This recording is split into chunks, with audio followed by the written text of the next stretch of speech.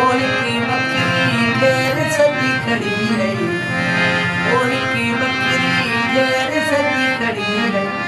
रात ने बेले ते सारे मेहंदी वाले थाल की बोले पे रख दिए, मेहंदी वाले थाल के बोले पे दुनिया ले पान बेल बत्ती खड़ी है, दुनिया ले पान की बेल बत्ती खड़ी है। रातन बेले ते सारे लोग सोए, रातन बेले ते सारे लोग सोए।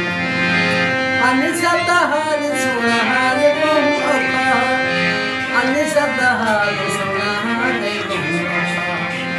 अखियाँ की ढेर सुना मुझ लगी खड़ी है, अखियाँ की ढेर सुना मुझ लगी खड़ी है। रातन बेले ते सारे लोग सोए।